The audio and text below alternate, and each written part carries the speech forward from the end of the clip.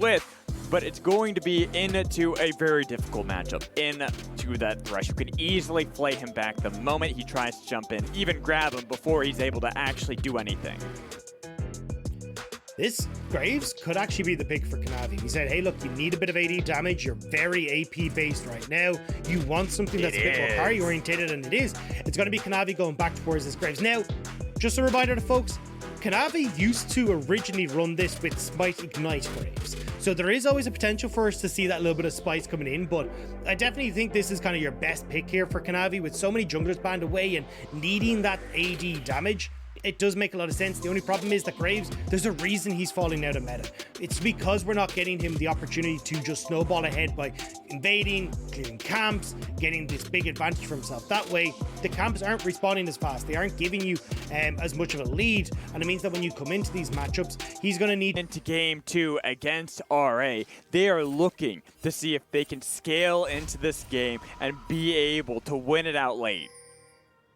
It is going to be the flash smite from Kanavi though, but I certainly, when I look towards Kanavi taking Dark Harvest, my mind is like, cool, you need to get involved in lanes, right? This is, you need to be able to start proccing these, and then Dark Harvest kind of scales pretty well into the late game just with the amount of damage you can pick up, but it does have to start in the early stages, otherwise this rune doesn't do a huge amount. So looks like Kanavi will be trying to use Graves' quick clear into pressuring these lanes. Even starting on the top side here, might look to punish iBoy and Hong on the bottom lane.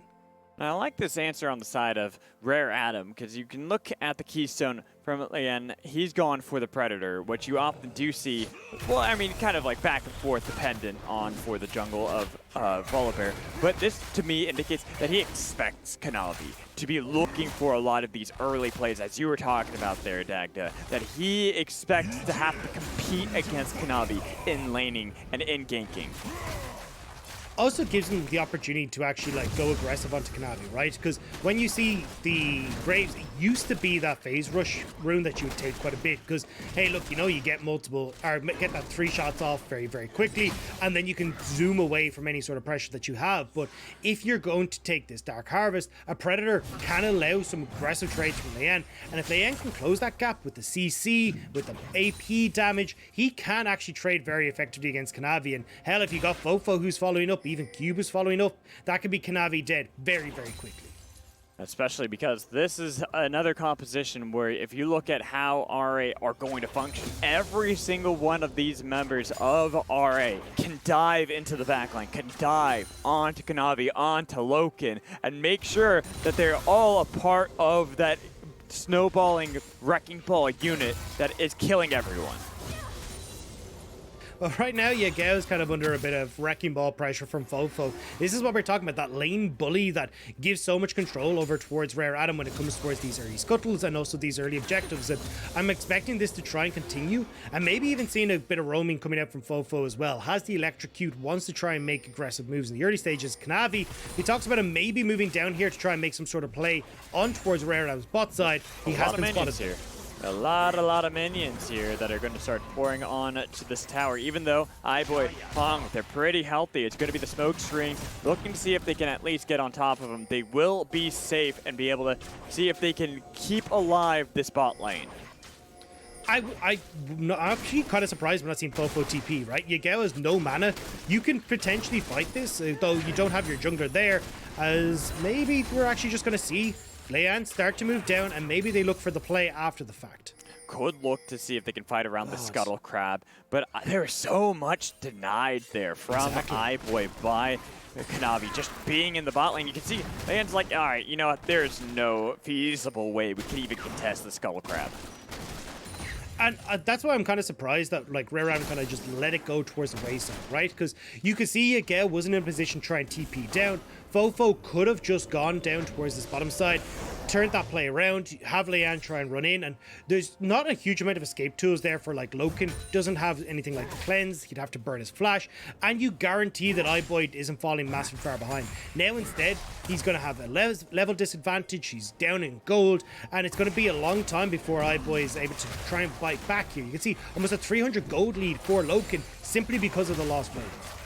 It's huge, honestly. I think this is going to be a great thorn in the side of RA, looking to potentially have these skirmishes early on, get Leyan as part of this, because all Kanavi has to do is constantly show up into the spot lane, make sure that iBoy is never going to be in a position to do anything throughout this game. And the problem for iBoy is that this wave's pushing out directly into Kanavi, and LvMao, he's free to go and try and make another play. Now they realize they've been spotted on ward, but you can still see a lot of pressure already towards Hung and iBoy. So much pressure, and I doubt it ever will stop unless RA themselves make a play into the bot lane, because top lane is an Ornn matchup. You're not really looking to see if you can get too much onto that if you're RA. Mid lane, you can see that Yagao is playing it relatively safe, trying to see if he can just stay back towards his tower and constantly heal up anytime FoFo actually plays aggressively. The problem here, though, is that like Kanavi's spending so much time on bot side, Leyan is just stealing away everything. Like, look, 10 CS lead there for him. You look at the gold, it's a 300 gold lead for Leyan as well. And we talked about, hey, look, Kanavi wants to be trying to get these Dark Harvest stacks. He wants to be trying to get the snowball rolling. It's not quite going that way. And although the bot side of the map is in favor of JDG, we look at the top half, it's certainly Ore favored. Exactly, because the Renekton Ornn matchup right now, getting a good shove from Cube onto Zoom to try to see if he can control the top lane. But the big problem for me is, yeah, you know what, Cube, it's good. You're able to shove in this Ornn and stop him, but it's still an Ornn. Ornn doesn't really care if he's behind, if he's ahead, because all that matters is he's going to be a tank and be a giant meatball for the team in these fights. Yeah, and I'm curious to actually see what we get from Loken, because usually when we think of Ornn, it's like, cool, well, you know, you want that little bit of late game scaling that can come in and help out. I mean, the only person that I can kind of see really having that big effect would be an unhit Varus, where you can benefit a lot by the Ornn scaling, but not so much if you're going to go this lethality build. Same when you look at Kanavi, who's also going to lethality style. Your scaling is going to be pretty negligible. It's not like you're going to have a massive impact. iBoy, yeah, he's taking a lot of damage. He is a bit lucky that Kanavi's only level 5. Yeah, but going back to it, like, the double lethality, Sylas as well, you can kind of extend your mid game, but it's not like you've got great late game scaling coming through, even with the Ornn items. So I'm curious to see what the plan is here from JDG, but actually get it answered. Lethality builds across the board, they're still looking to just be a bit more poke heavy. Oh, they're going to be able to get the stun onto Yagao. He tried to dive back on top of FoFo, but the damage comes in from Leyan to make sure they take first blood. Just about able to get that for FoFo, but again, like, this is what we highlighted at the start of the day, right? This 8-minute mark is when we get to see Ore go for these plays. They're getting FoFo's leads so they can turn it in towards the Rift Herald. Cube already has full pressure top, now you're getting pressure in mid, and they can just turn this top lane 3v3 into an Ore win. We need to see if Loken and LvMao can try and get out of this bottom lane, but iBoy and Hung pushing aggressively into the bot side, and Yagao thought he'd done a great job in poking, but kind of low on mana. Flash forward coming through from Leyan to set up for FoFo's chains, and Yagao invests a lot to try and finish off FoFo. Nerdy gets there, but unfortunately isn't quite able to lock down that slippery LeBlanc. So close, and the fact that FoFo survives, even if it's only an assist, this LeBlanc is already going to be in a position to now move around the map. You can see that Yagao trying to be the first one, got all the way back to the lane just to be able to shove back to FoFo, because he knows once it's an even lane-to-lane matchup, FoFo is going to shove out and rotate everywhere. Remember what we said though, right? Loken and LvMao, if they want to try and move anywhere, they need to push in that wave, and especially if you're looking towards this Rift Herald. But iBoy and Hung have just said, hey look, we're just going to move first. We got that opportunity for the lane. So now Leyan, he's free to go for this because that top half of the map for Ore is so much stronger. Looks like though, the JDG want to commit to this, but Cube is going to be able to move first. FoFo getting a bit of damage on to Loken on the other side, trying to see if they can get all the members of RA to be able to group together. They need them to be one unit, because it's about to have the reset on the Rift Herald. They're going to get the knock-up on. Ooh, and they burst down Leyan. They've taken out the tank. Cube bounces around as well. Even if he's dominating, he is out of there, and the eye was picked up by Kanavi. And they were so split on Rare Adam's side, they needed to commit to a direction. before JDG were able to come in with Zoom, but not willing to just jump on towards the 4 members of JDG in the bot side means that you get the opportunity for Zoom to come in, they separate Rare Atom, and now they get the Rift Herald for themselves and a nice little bit of gold as well. You can see it here, right? If Leyan commits to the bot side here alongside Hung and FoFo, maybe they can actually take that 4v4, especially with how low Loken is. But instead, they end up separated, and JDG pounce on the 2 members of Cube and Leyan on the top side. And it also works out so well for JDG there because the target selection was on the Leyan, who didn't even have Stormbringer up, so there's no way he could get out once they made the call to jump onto the jungler. Plus, as you had mentioned, they were split up. How in the world was RA supposed to back up the jungler there? Yeah, a little bit of a misstep there from Rare Atom, but does mean we're back to square when it comes towards the gold. Kanavi, though, we've already seen him put so much pressure bot side. He's just going to continue to do so. He's got the Rift out of his back pocket, and iBoy is just going to be punished over and over again. Yeah, he should just pop. Look at this iBoy. He's not even show. Oh, no. Oh, he's smart. That's a good call by iBoy saying, all right, something's fishy here. I don't trust this. Yeah, kind of needs to do the same, though. Yeah, I was about to say, he just dies. There's not much to say there. He's just dead on arrival. But you gotta learn from iBoy there. Yeah, it doesn't respect it, and now, yes, you get the turret and bot side, you will get a second charge, but turret plates can be answered in mid. They need members of RA here, though. iBoy can't defend this bottom turret by himself. Yeah, that's going to be 2 full charges out of Shelly. In fact, is it going to be a third one? No, okay, it will be stomped by iBoy just in time, but that is 2 towers taken from 1 Rift Herald for JDG. That is a massive influx of gold. And I love how JDG are playing this. This has been so good from the get-go, right? We get that early play down towards bot side, deny a bunch of CS away from iBoy, and then having opened up that weakness from RA, they keep going. Uh-oh, Cube nearly getting 1v1 by Zoom. Zoom and his tanks, you do not mess with his Ornn. Just about able to escape away from that, but Dominus no longer available. A lot of members from JDG active on the map as well. We could see some pressure towards that top side, but it looks like Leyan there to try and dissuade it. Now though, JDG, they're the ones in the driver's seat, right? Faster reset, out first because of their tempo, and now they can start to look towards the dragon. They can keep pressure on this top side and allow Zoom to keep punishing Cube. And this is also a point when they are starting to spike because they've gone for this lethality build for both Loken and for Kanavi, both of them. Duskblade of Drakthar, not even the Prowler's Claw from Loken on this Varus that we normally see. He is truly trying to make sure that they can have the most amount of damage early in these fights. JDG now looking over towards this dragon. TP from FoFo in towards the mid lane. River definitely belongs to JDG though.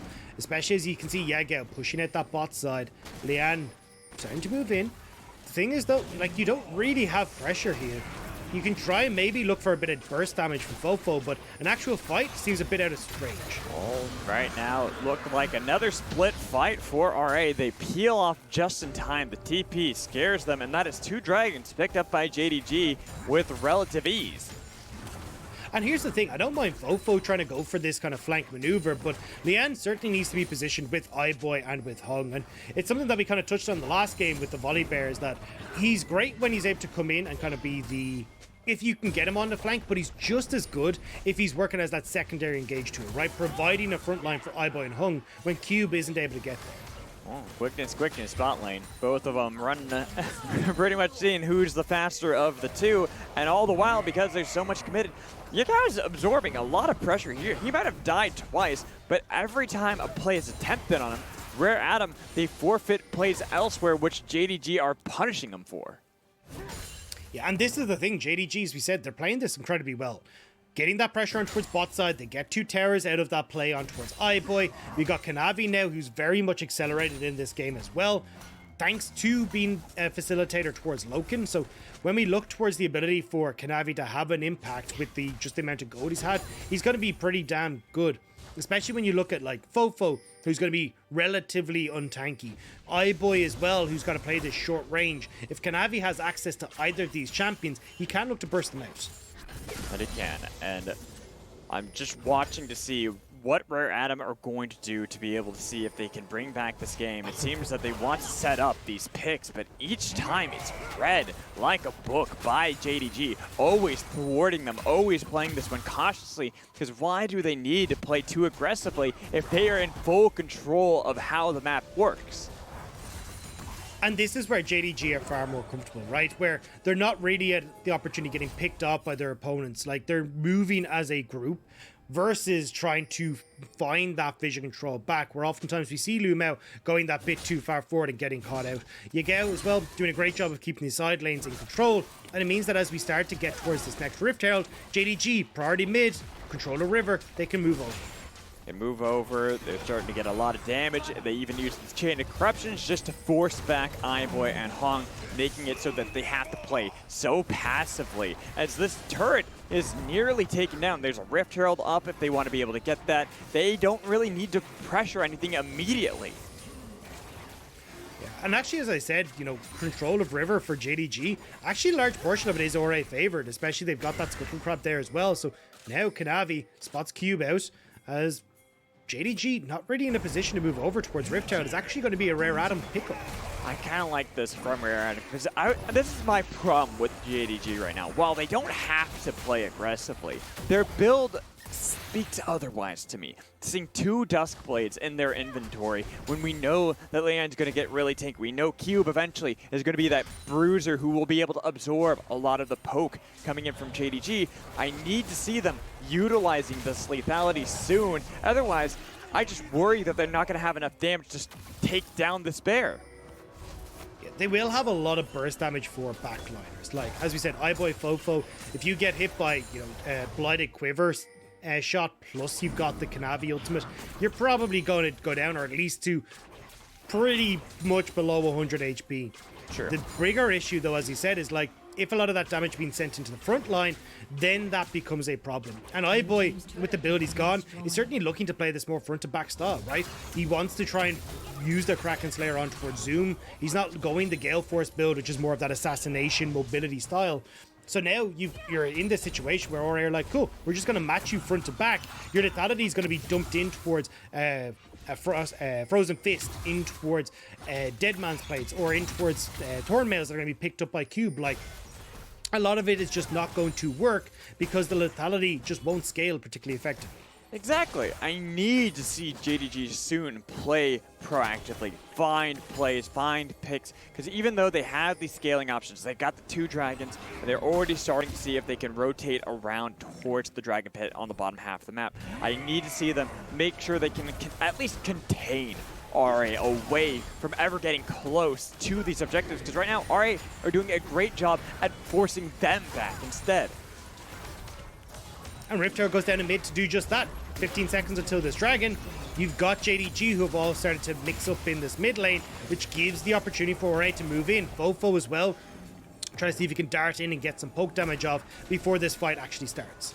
RA are playing a bit back though, because they do understand that there is that damage that will come in from JDG if they're too far forward. If they don't play with respect towards this lethality, the doubled up in both Loken and Kanavi, they can get bursted down. They're on to the objective, and they're hoping that FoFo is going to be enough, and Hong on the other side with the quickness. It's going to be double quickness, and they burst down this Rakan. They might have gotten the dragon, but iBoy gets completely caught out. Even with a killer instinct, he'll go down. Double kill for Yagao. And I think that was just messy from Rare Atom. Didn't know if they wanted to go in, go out. Hung is trying to delay them. iBoy, even though he has Flash, gets caught on the opposite side of the pit. I think he just needed to go into the pit with the team and flash over the wall. Instead, he gets caught. And I like that FoFo was trying his best to keep back JDG, see if he could poke out some of these core members and stop them from getting that aggressive play. But unfortunately for them, it's still 2 kills going the way of JDG. With this, they even get a larger gold lead themselves. They've got a lot of gold into Yagao, who they had put so much time and effort to make sure they can contain. You can see Hung kind of moving up there, seeing if he could potentially find a flank, which just runs into all of JDG's members. Here as well, iBoy, you just run into the pit in this situation, flash over the wall, get out with the team. You see everyone else's escape as FoFo. FoFo, he's going to be able to distortion away, but he has got to be careful. You can see the damage that can come in. I think it was just 1 auto from Kanavi onto FoFo that did most of that damage. Yeah, and that's why we were saying, look, between the Graves and between Loken, if you can hit onto these squishier backline targets, you're in good shape. Especially as FoFo tries to dart in, he'll be entering Kanavi's range, but still has to play it very, very carefully. And I think especially for both Kanavi and Loken, I want to see them pick up a Maul Mortis fairly soon. Because it feels like the only real way that FoFo is going to have an impact this game is if he does burst out Kanavi or burst out Loken. If they can survive that and survive that initial burst from FoFo, they can probably play this front to back style, keep poking, keep having that threat on towards Rare Atom. And that is what they're doing. They're trying to get the Magic Pen from FoFo. They're even getting, like you had mentioned before, the Kraken Slayer from iBoy to be able to take down these members a lot quicker on JDG. But the question is still there. When will that happen? When will they actually have a fight? The front-to-back style that they have clearly built themselves up to try to have. Well, we may actually get a chance here. FoFo could pop over the wall directly into Loken. That's not where you want to be standing. He missed the chains, though. He was able to get the orb, but no follow-up damage on top of this ADC. He just sidestepped it completely, and still nothing really happening for RA to be able to punish JDG in the slightest. Again, though, like, you always have to be careful here at JDG. One misstep, and it's very difficult for you to recover. iBoy can follow up Killer Instinct. FoFo coming over the wall. Leyan with these flash stuns as well. Predator on the Volibear as well. True. So at the moment, though, JDG are playing this correctly, right? Slowly pushing in side waves, creeping that vision forward. But that vision needs to be so key into them controlling this game. 2 minutes until Dragon. I'd love to see them start to move in now. Use the fact they have mid-priority, that they can try and get a little bit of that deeper vision control for themselves now, get that quick reset before our Dragon spawns, and then continue pushing that vision line forward. We are getting the tug of war.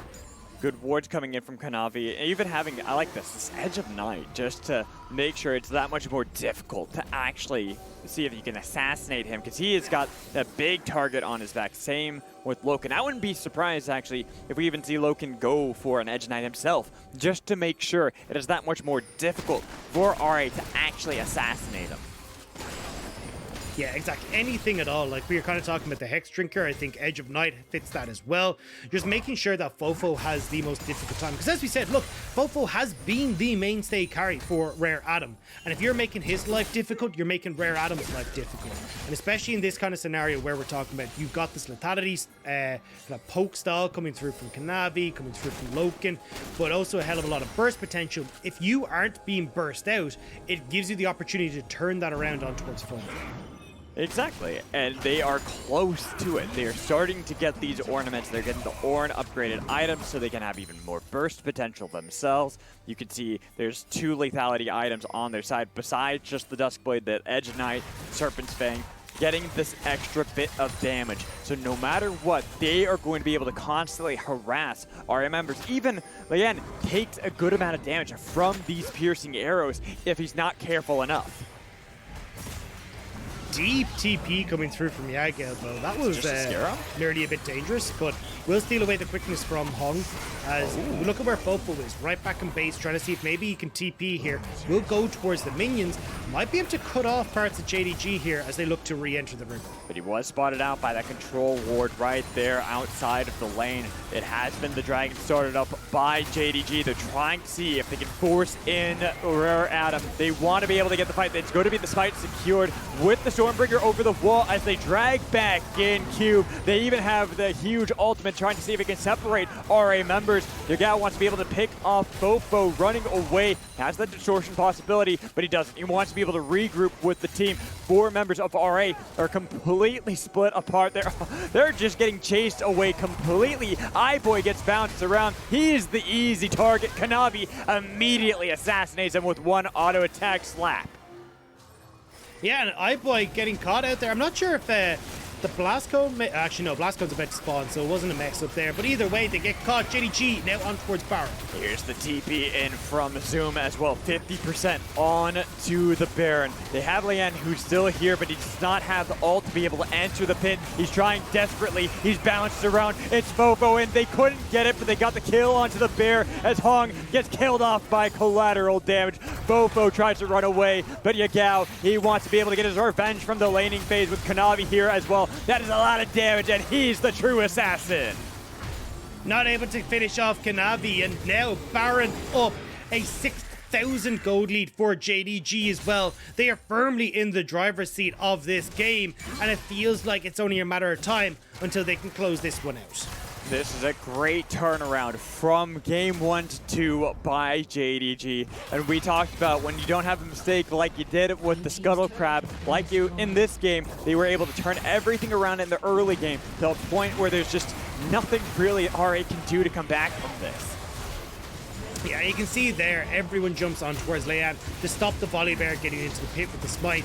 Hung and FoFo tried to see if they can make a play, but unfortunately not able to kill Kanavi, not able to steal away the Baron, and then there's just too many members of JDG about. And even you can see here, FoFo tries to go for the burst damage, but Kanavi, too tanky at this stage, not able to do so.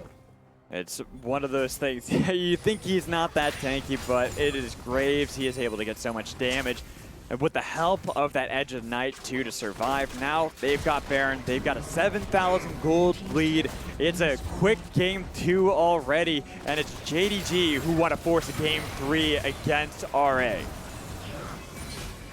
Loken though does end up using the Chains of Corruption there to stop Leyan getting involved in that fight. Predator was used by Leyan to try and close that distance, but still have to be careful here as JDG. Still a lot of burst damage from FoFo. Even though he couldn't kill Kanavi, still can dissuade a hell of a lot of this pressure if he can get on towards Loken. But you can see, trying to play keep away from the Varus right now.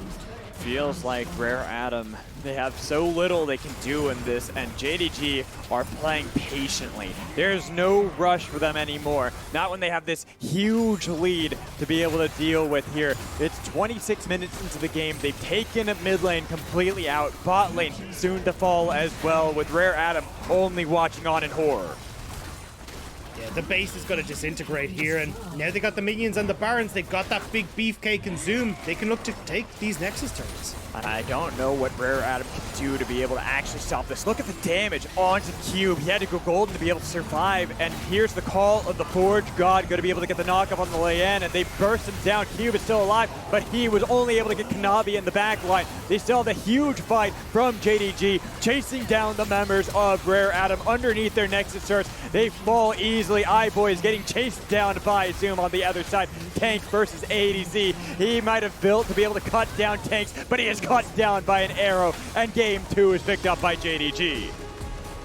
And they managed to push us to a game number 3. Much more calculated approach from JDG. Punishing iBoy through that bottom side, consistently hammering the nail into the coffin from that bot lane. From that position, you've got Loken, who's very far ahead. Kanavi is in a great spot as well, and those two lethality users are able to bury the likes of their opponents. And Dagda, you said at the very beginning the way JDG win this game is if they get a nice early lead, and sure enough, they did that. There was nothing that Rare Atom could really do to come back after that.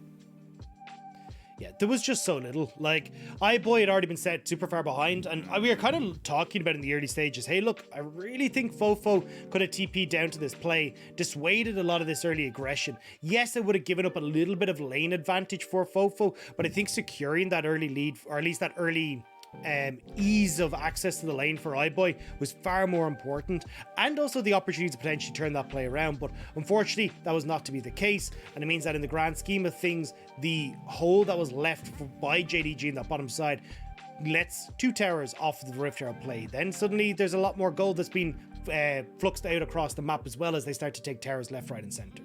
And I also love this from JDG, the turnaround from game 1 to 2, where it seemed like a it was going to be a quick series. If you just look at how game 1 ended for JDG, Rare Adam seemed like they were fully in control at all times.